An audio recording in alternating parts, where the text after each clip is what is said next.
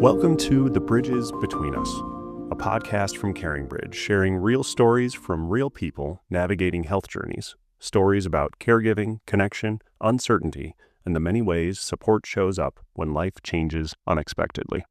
My name is Andy Thieman. Just a brief warning, today's episode is graphic and a little hard to hear. If you've got young kids in the car, please use discretion. Today I'm talking with Jeff Winston and Jackie Klinkner. Their story is like nothing you've ever heard. Maybe you've seen something like this in an action-packed summer blockbuster with stunts and explosions and timing like it was scripted and perfectly choreographed. But this story is real life. A severe motorcycle crash, a chance encounter on the side of the road, hot engines, chaotic highway traffic. Luck meets coincidence meets medical miracle? You decide.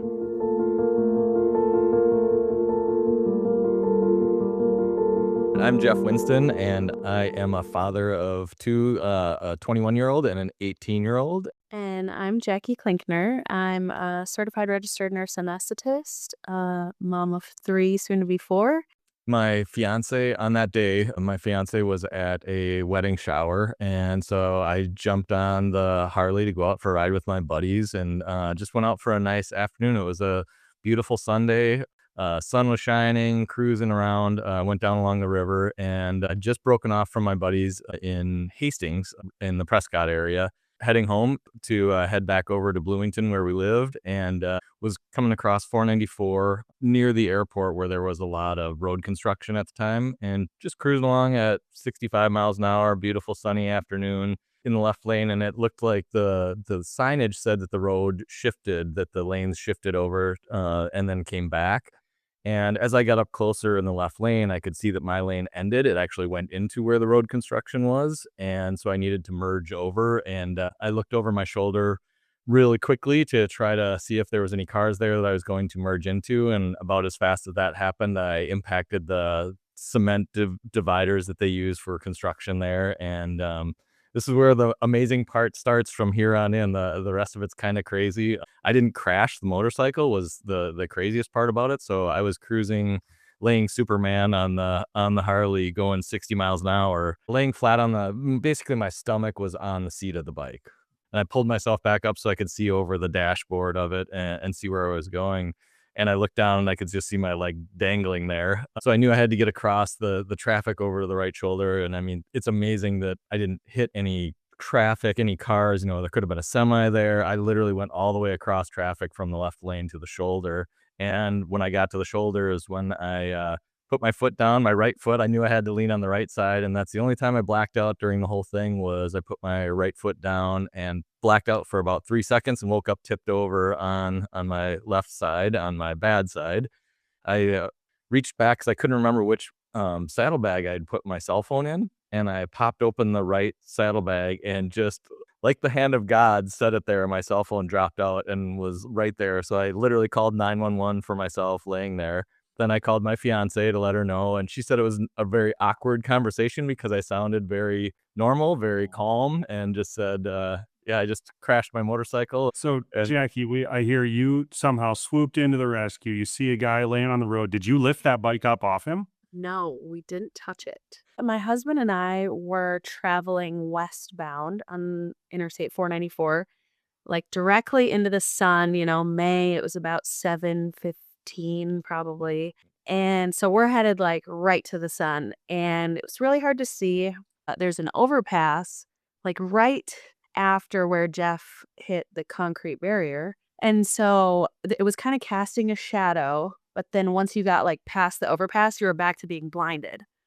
So we're coming up on this overpass, and you can see in the left lane these like concrete pillars, and there's like a reflective vest kind of like hanging on the pillar, and there's like a chunk of plastic in the middle lane, and there's 3 lanes of traffic. So we moved from the far left lane to the middle lane, and I was like, what was that? I'm like, oh my gosh, I really hope there's not a motorcycle accident up here. Like, I said that out loud in the car. We no more than like get under the overpass, and you can see there's these 2 young girls over on the right shoulder, and like in t-shirts and flip-flops and shorts, like waving their hands at traffic, like for anybody to stop. And so the far left lane was then all had barrels like blocking the far left lane. And so I was like, babe, we got to pull over. So he pulls into the far left lane because that's like just the closest place we were. And then we kind of waited for there to be a break in traffic and like ran across the road, the interstate to Jeff. And he was just laying there with his bike on him, wide awake, like nothing had happened except his bike was just laying on top of him. You couldn't see anything. He had a belt on and his jeans on, and I could see like maybe a little puddle of blood, and I could tell it was his leg. And so I take his belt off and I kind of yank on it on his leg, and I just start talking to him. And there was a couple other people who had stopped but like weren't really helping Jeff directly. And so my husband said, like, did somebody call 911? And they're like, yeah, they're on their way. Not really kind of paying attention to where we were. I was like, I don't hear anybody, like you kind of expect to hear sirens or something like right away. And it felt like an eternity. And then every time we go past this, we talk about it because we go past the airport at least once a week. And I'm like, we are right by the airport. Like how it must have been faster than we felt like, but it felt like we were there for an eternity.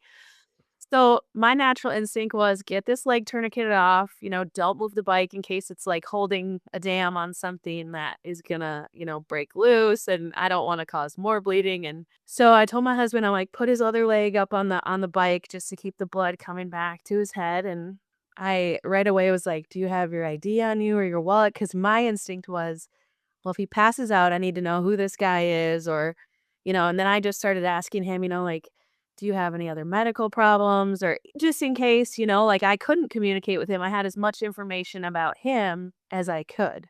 And so we started chatting and he's like, no, I'm healthy. I don't have any allergies, all this stuff. And I'm like, well, where do you live? And I have his ID, so I know who he is. I know his first name, his last name. I know where he lives now. I just kept trying to like make conversation with him until just so that he would stay conscious, because I didn't know. And he did at one point say like, I'm starting to get a little lightheaded. And so I was like, all right. That was when my husband put his other leg up. And at one point my husband did run back across traffic to like get our first aid kit. Cause I was like, I got gloves, but I don't really have anything else that's going to be helpful in this situation. And then there was a couple other people that stopped and like had left. They were like, oh, it seems like you got it. Eventually EMS showed up. The police kind of like were over on the shoulder. So no one was blocking the closest lane of traffic. So the cars were still like coming right by us because, there's gawkers and the traffic had already merged from the left. And so they weren't going to merge it from the right and slow the road way down. And so it was like the cars were just like passing right by. And so then EMS came and they put an actual tourniquet on his leg. And I was like, this is Jeff. And like, I'm trying to give them as much information as I have. And they were just kind of like, yeah, whatever. Like, we got it now. So then they picked the bike up and I saw his leg and I was like, oh my gosh, like it was just mangled. Like, So you tourniqueted his leg, not knowing really the extent. yeah, because I'm a CRNA. I work at Twin Cities Orthopedics. That's like my day-to-day life. I do it 5 days a week. And so my instinct is like, well, if there's blood going to the leg, like I want to cut off the blood. And so just by human nature, I guess, to me, I was like, I know I need to get a tourniquet on this thing. I don't have an actual tourniquet, but he's got a belt on. I stood there and like, honestly, my husband held the belt for most of the time because I was too busy like talking to Jeff, and the two of us just kind of kept him company on the side of the road and made sure everything went well until EMS could get there. So it was a while. And then, like EMS takes him and we're like, I guess we just go on our way and go home. Like, well, that was just a 30-minute detour, and your adrenaline's pumping and your heart's racing and you're like, well, let's just go have ice cream, I guess, at home, like an average Sunday night. Did they give you a high five or anything? No, nothing. They took our names. And I think that was basically it. Like there was no follow-up or anything from that. So we were just kind of like left in the dark, like hanging, like nobody knows where this guy went or what happened to him, if he lived, if he died, if he, got his leg, who knows? Like we were just like, well, I guess we'll never hear about that again. We kind of just left. Now from your point, now you're in an ambulance. Yeah. You're screaming down 494 headed to Southdale or something, probably, right? Regions. Yeah. They wouldn't take me. Yeah. It had to be a level 3 trauma. Did they ask you, right? They asked if you wanted to They asked me and yeah. Right? Yeah, it was funny. Yeah, there was just, so Jackie's downplaying it, but literally she saved my life. I would have very likely, even with her doing the tourniquet and her and her husband holding it, like I lost so much blood by the time I got to the emergency room. It was incredible. And if she hadn't held that tourniquet on, I for sure would have passed out and probably worse. So I mean, Well, and she's being very humble, but like I'm here today because she pulled over. Right? there was obviously you hit the concrete on the far left side of the highway and then laid your bike down on the far right shoulder, probably half a mile down the road. And there was a blood trail from the site of impact all the way across the road. So like he was bleeding the whole way across, which we didn't really notice at the time. But again, we Right. traveled the road a lot. So the next time you go by, you're like, oh my gosh, look at that. He lost blood all the way from the site to the shoulder, half a mile down the road. Where was the impact on your leg? So I actually have on the Harley the highway pegs, and I was, like I said, Sunday afternoon just cruising, so my feet were up on the highway pegs, so at the bottom of my foot, and I had a good heavy duty boot on, Yeah, you really. and that completely impacted right there and literally just ripped me backwards on the bike, and Okay. it's amazing that the damage was that central too. I mean, that it was only really, I lost below my, ankle from maybe my foot up about 6 or 8 inches up my leg, but the damage just was so low, localized to just that spot. But yeah. You basically stomped a cement wall Yep. Yeah. and Pretty then much. it just like crushed below your knee and Yeah. it was wrecked enough they couldn't save it. Yeah. So Oh, they thought they were gonna. They thought Right? they were gonna save it, yeah. To capture the impact, just so you know, the Harley was totaled because the engine was shifted over in the frame. It took that big of an impact that it actually moved the engine over a half an inch, and so they showed me the motor mounts, and just to kinda give it some some depth of how hard I impacted it, but yeah, Jackie said the EMS showed up, and one of the things, there's certain parts of it that really stick out in my mind, and when EMS came up, and you probably were still there at this point, Jackie, but like they said, Jeff, there's no way around this, but we have to roll you onto the backboard, and this is just gonna hurt. No ifs, ands, or buts about it. This is gonna hurt. And I just said, well, just do it. I'll just scream as loud as I can. And that's basically what I did. And I was totally conscious of it the whole time. And yeah, that was not fun. So when But did you finally get whatever you get? Morphine, paint, something in the ambulance? that was these are all little funny things that I locked onto that I remember. So they got me into the ambulance, and I remember the Alina Health ambulance driver's name was Jennifer, and she said, hey Jeff, I'm Jennifer. I know you've heard a lot about fentanyl as a street drug, but I'm giving you a medical dose of it, so don't worry, this isn't, a street dose of fentanyl. And I looked her right in the eye and I said, give me whatever it takes. Honestly, at that point was like, just, I'm in your hands, do what you need to do. And then that's when they asked me if I wanted to go to Regions or HCMC, because we were right in between the two of them. And I chose Regions for no other reason than I just thought, Take me to Regions. yeah, take me to Regions. So they were happy to do that and swung around, and hearing other stories, because my fiance actually came to the site. Apparently after that happened, Jackie, I think when we were leaving, they did block off all of 494 because she was driving to the site and thinking that I was just, I maybe broke my leg or something, just sitting on the side of the road. All of a sudden she saw all the emergency vehicles like literally stopped 494 West. Yeah, it was interesting. So yeah, then they got to Regions, and it was very surreal. I mean, Jackie, you're probably more used to that stuff than me, but emergency room, I had never been in there. And so they've got all the different departments, the department representation, and going through all the different parts. And they kept worrying that I had hit my head, and I kept telling them that no, I never hit my head.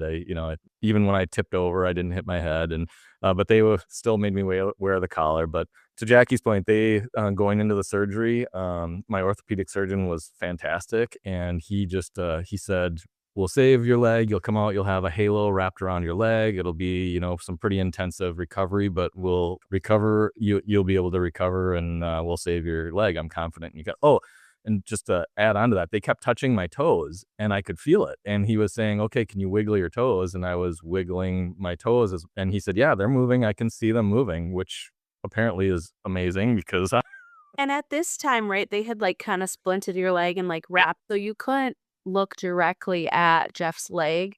and see what it looked like. You couldn't tell the degree of like mangled that it was, because Yeah. I remember being on the side of the road when they cut your pant leg up, and that's when I was like, holy moly, there's bones sticking out. There's, it was graphic. I'm sure, they splint it and wrap it. So then when the surgeon comes to look at you, he just looks at the splint and the x-ray and says, oh yeah, it just looks like I can put these bones back together like a puzzle. But then I think once they probably actually got their eyes on the tissue and the meat of your leg, they were like, oh yeah. So it wasn't the cement or a guardrail or it was your own bones that cut through yourself. Yeah. Yeah. Yeah. Yeah, it literally splinted on impact. I mean, it splintered on impact. They said that the impact fracture was so hard. I mean, and I still have not looked at the pre-op pictures. I don't have any PTSD, but I just burned in my mind. I don't think I need to see that. I think it would just cause more pain than good. But from what I understand, yeah, I mean, it was a compound fracture to the extent that it just ripped the skin open and it was just wide open. Yeah. So, Oh my God. So you're off to Regions. Jackie, you're eating ice cream. And it's just you head into surgery probably pretty quickly, Jeff. pretty quickly, yeah. And Later that evening, but yeah. how long were you in there for the surgery? I think if I recall right, it was for 4 or 5 hours because they initially tried to repair and then they had to make the decision. Dr. Wojan was fantastic. I mean, for being wheeled in there on a Sunday night, being wheeled into surgery at 11 o'clock at night or something like that, to just get randomly assigned this wonderful surgeon, like he was just such a great person. And I remember waking up from the surgery and just his somber voice when he said, "Jeff, I'm really sorry to tell you this. I wasn't able to save your leg. I had to amputate." He had to break that news to me, and I will never forget too. I looked him right in the eye and I said, "That's all right. We'll figure this out. I'm alive." And that was just my response. And he, like, to this day talks about that he was just shocked at my response, that like I didn't bat an eye. I was thankful to wake up and still be here. So. And that's hero stuff. I mean, way to go. That's unbelievable. You went into surgery at 11. Now it's what, 5 in the morning, 6 in the morning. Then you have to actually wake up. So it's like morning. It's the next day. Yeah. And he's been there all night. Yeah. That's when I am really blessed to have just a broad network of friends and former colleagues and people that I work with, and just a ton of great connections, and everybody wanted to know what was going on. Kristen, my fiance, had reached out to some people to just figure out what had happened, questioning what was going on. So the word was starting to spread around our network of friends and to family too. And that's when she decided to start the CaringBridge site so that she could share the information, just because so many people were flooding my phone and her phone. And it was just, everybody was so caring, and like I'm humbled by all the people reaching out, but it just becomes overwhelming. And it's I'm focusing on, I'm just glad I'm waking up. I'm laying in a hospital bed and I'm safe. I'll just be here, and so there's so much else on my mind at that point. And so she did a good job of getting the site up and running and being able to share exact details of, what happened, that I did lose my leg, but I was okay. I was, going to be in the hospital for a little while, and just to let a lot of people know. And then even beyond that, after that initial sharing of information, then people want to show their caring side of themselves and want to show up and be at the hospital and be there for you. And it's just like, it was great to be able to communicate with people that, like, hey, I'm trying to sleep every other hour pretty much. I'm knocked out on the drugs or whatever it might be. And just to be able to communicate, like, hey, Jeff will be awake for 3 or 4 hours. If anybody wants to stop by and see him, this is a good time to do it. And just all of that information was just so nice to be able to communicate it in one place that everybody could see, could refer people there, that send out a text message or an email to everybody so that they knew where to check in and to get updates. So it was good. It's amazing. So you're posting in the feed, and it sounds like it was relatively real time. If it was like, Jeff can see you now, or not. Yeah. So people are checking that pretty often. And tell me about the buddies you were riding with. When did they see you? They started texting me almost immediately, right after the accident, and I wasn't conscious enough to even start interacting with people for that first couple of days, I would say. I went in for the revision surgery maybe 3 days later, I think it was maybe Wednesday or Thursday, I went in for the revision surgery. And so I was communicating with people, sometimes via text. When I was awake enough, I'd grab the phone and talk to them, but they were just shocked. I road raced motorcycles for 10 years, so I was a good rider, and of my friends, they would say I was the best rider of all of us, and so just they were so blown away that this had happened. Of all the people that they would have expected something like this to happen to, it was just a silly mistake. It was just I'm kind of glad I don't have anyone to blame. Yeah, it wasn't anybody else's fault. It was just a bad judgment, just a bad situation. I mean, the rest of us would have frisbeed across the highway and that'd be it. I mean, you somehow hung on and Maybe parked essentially. What on? Yeah. Like, actually, I was like, I mean, I've seen motorcycle accidents before, and this stuff is just everywhere, right? Including the person. And to like come up on this and like he's just nicely packaged there on the shoulder with the bike there and him laying there gazing up at the sky was just like head fully, not a scratch on him, awake. I'm like, this is so weird. But there was so many of and Jack, you mentioned it earlier about the construction vest. I mean, there's so many little things that were so unique about how this all happened. I happened to be road guarding for a motorcycle ride previously, and so I had worn one of those construction vests. And at the end of the ride, the guy that had it, one of my buddies, said, "Oh, just keep it. Just throw it in your saddlebag. You never know when you might need it." And the fact that that's what she saw, like that, just all of the things that happen are just so incredible to know that that's when you first told me that, Jackie, it totally gave me goosebumps. There's 9 out of 10 chances I would have just taken that out and never thought about it and just be like, not, yeah, and like the fact that you saw. Well, like, even for me, like, if I'm riding and my husband's driving, I'm like a passenger princess. I don't pay attention. I'm like on my phone, I'm scrolling the music or whatever. For me to like be paying attention enough to the road, recognize the debris, put together in my head, oh, this looks like this is what this could be. And then be like, hey, we got to pull over. Like, I mean, I probably wouldn't have even noticed. I would like it wasn't face down in my phone. I mean, that must be just your training and your just everything with what you've studied and what you do every day.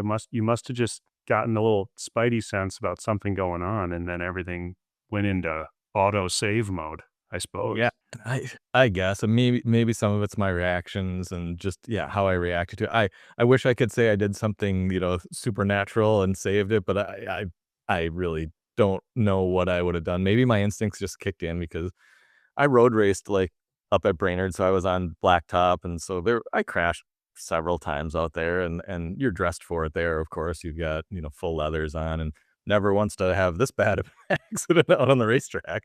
But I mean, maybe some of that instinct kicked in. So at what point? So now it's you're in the hospital for a while, or you're recovering, you're updating your CaringBridge. Like, Jackie, how did you connect all those dots? Yeah. So obviously, like that night, I always said like I love a good like trauma. I work in healthcare. I worked in ICU for years. I thrive on like unstable, really sick people. I'm like, yes, let me get my hands on that. I always said though, I would make a terrible paramedic because I can't just like drop somebody off and be like, well, guess I'll never know what happened to them. Of course, I go home and I'm like, I cannot stop thinking about this. I'm like losing sleep. I'm up all night. I'm like, God, I wonder what happened. Like, what's the outcome? Like, I wonder where he went. I can't just like text any of my, CRNA friends and be like, hey, did some random guy come through? Like HIPAA and all this stuff. I'm like, how am I going to figure this out? I'm like, well, I know his name. So then I'm like looking up like the state crash reports, like that the state patrol puts up. And I'm like, because it says, if it's a fatality or, what the factors were. And so it's like, doesn't say that he died. So I'm like, okay, so obviously there's more to the story. So then I'm like, okay, well, let me look him up on Facebook. This is like, a day later, probably, like after I've already lost sleep over Jeff and all of this. I look up his Facebook and he's been tagged in a public post. So I could see it. That was like, hey, here's a place that we're going to send our updates. And I was like, yes, now I can finally figure out what happened. And so then I, of course, can like look at that and see, Jeff lost his leg, but he's still alive and, kind of the updates. It was just so cool, like for my husband and I to be able to kind of like follow the story without seeming creepy. Like, hey, I know we don't know you, but we're just stalking you on the internet. Obviously, as time went on, we did let Jeff know that we were out there in the world and we got together, obviously, and reconnected. But CaringBridge is just such a like critical place for us to kind of follow along and something that was so impactful to both of us. And then just to see kind of how it played out and like that there was a good outcome and that, the hopefully world has good karma for us. It was so important to us to be able to follow his story from kind of afar and not, not being a close friend of Jeff's and not like texting and being like, "Hi, can we come visit you?" But still being able to get those kind of updates about how his journey was going was so cool to us. It's amazing. I mean, so many stars aligning to make all that come together. Really? That's the truth. Was part of that because of the way you posted it so it was public? I mean, like, could it have been harder, Jeff, based on how you decided to be on CaringBridge? It was definitely a conscious decision because we didn't know who would be reaching out. I mean, yeah, I have a pretty broad network of friends that would be reaching out, but then, to your point earlier about the people I was riding with, and the word spread amongst that group of, my friends that I rode motorcycles with. And so they're getting it secondhand. And so they obviously don't want to start texting me. They recognize I'm trying to heal. And so for them, even in that kind of like broader circle of friends, for them to be able to keep up and just understand and feel like they're a part of it, still feel like they're plugged in. Just the messages I would get. And I mean, it was just all really, really, really cool. Then to just be able to connect with Jackie, that was amazing to me after the fact. I mean, there's so many things of survival mode going on at the time, and just to have her reach out. And Jackie, I don't know if you knew this, but those two girls, the young girls that were on the side of the road, they reached out to me too. And Way. I thought they were you at first when they first reached out, and they were like, "Yeah, I was on the side of the road with you," and I was like, "Oh, were you the one that held the tourniquet on me?" Because I hadn't met you yet, and they were like, "No," so they must have been the two that were standing there when you There were told like numerous people. There was a mom that had stopped and she was like, "Are you guys good? Because my kids are in the car and like I'd be happy to help, but I have my kids. So if you guys are good and don't need me, I'm gonna." And I was like, "No, we're good. We're good." And so like there were people who were happy to help, but it was just like, and all those people I'm sure had the same kind of sentiment, like, "Oh, I wonder what happened to that guy and what happened. that we had." So how was that? When did you guys meet up? How did that go? Well, it was probably May or June. What was it? Yeah, When did we something like meet? that. Was it a year? It was, basically a year from the accident? Yes, because so at the time of Jeff's accident, I was not pregnant. By the time we met, I had just had a baby. So it would have been probably like around the 1 year anniversary, maybe a shade after, because it was springtime. So Jeff reached out and was like, "Hey, it's been a while, but I would really like to meet you in person. And can we take you out for dinner? Can we, whatever?" And Justin, my husband, and I were like, "This would be cool, why not?"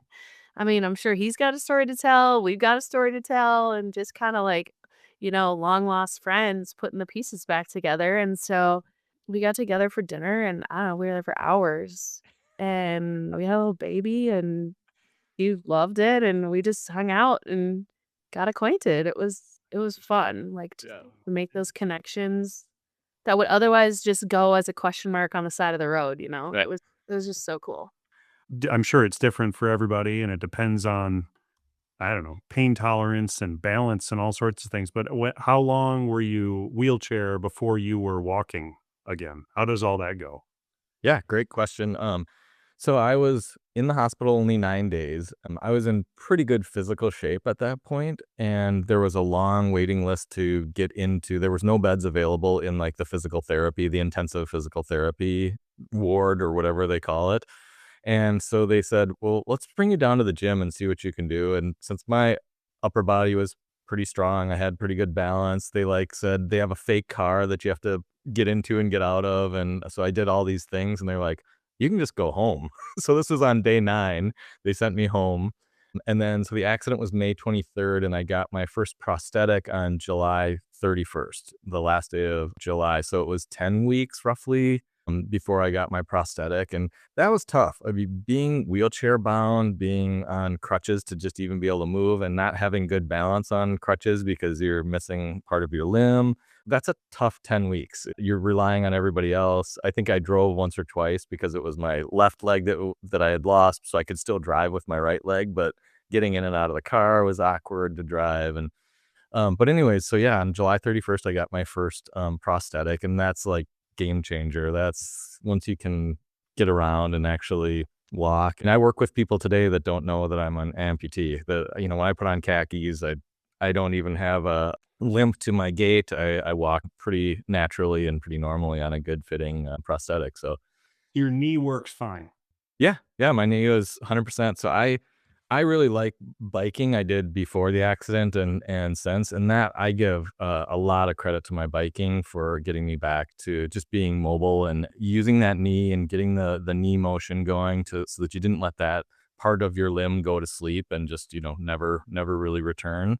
And I hope my prosthetic clinic, Tilla, just doesn't listen to this, but I think I went biking with my first prosthetic like 9 days after I got it. So I jumped on a mountain bike and went out and was with a buddy of mine, and he's like, "I'll stay behind you. Don't worry. If parts fall off, we'll pick them up."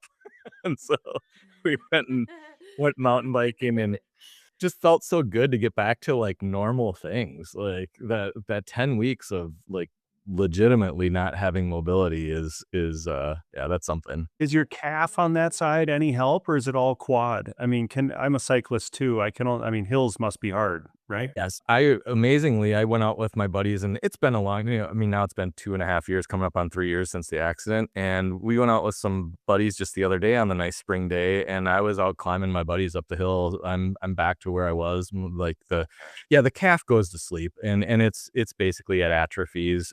It's still there. There's still some muscle there, but it has nothing to do. It doesn't have a job to do anymore. So it kind of just atrophies over time. But you know, so much of biking is your upper, as you know, it's your quads and so forth. And I'm strong as could be with that stuff. So I feel good. Unbelievable. I was gonna say, Jeff, I think that's one of like the coolest parts of your story is that you like didn't miss a beat. Like you got half your leg cut off and like life went on.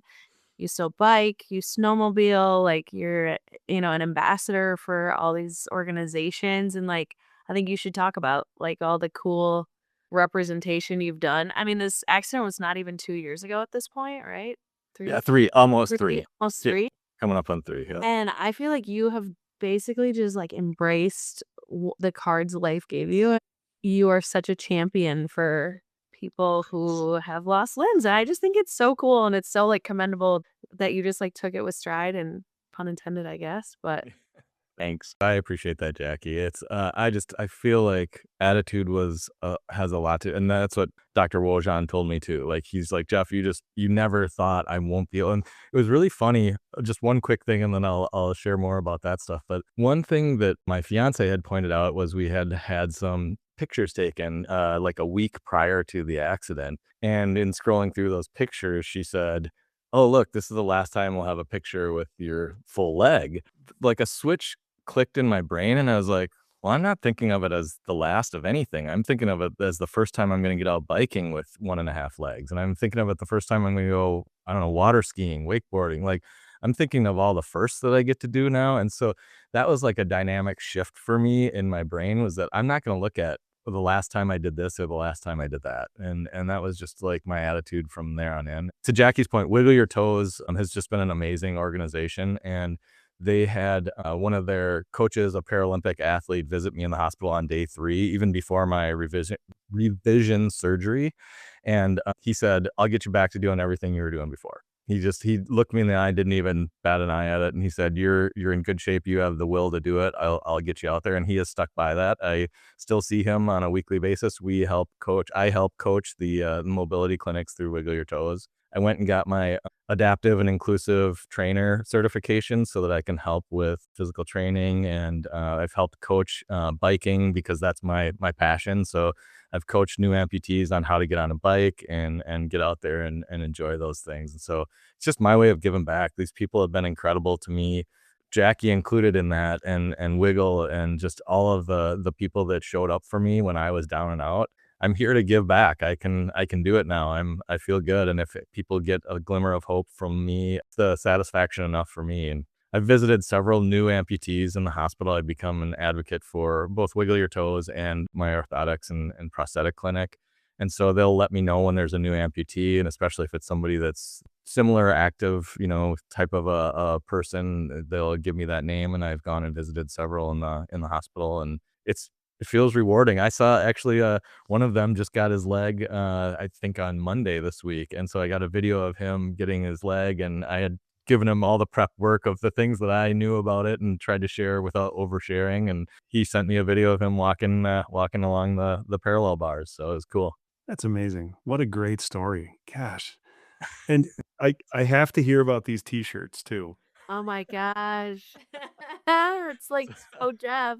Oh, yeah, there's a lot of t-shirts. So that was the first one that I was sent home from the hospital wearing, was a I don't need two legs to kick your ass. And that was the t-shirt I wore home from the hospital.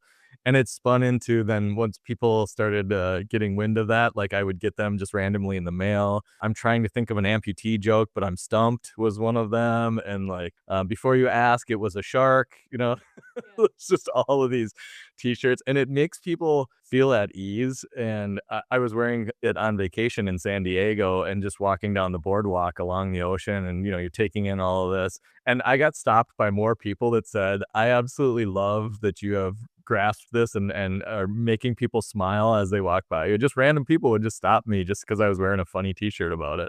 So that was great. Gosh, great. It's so great.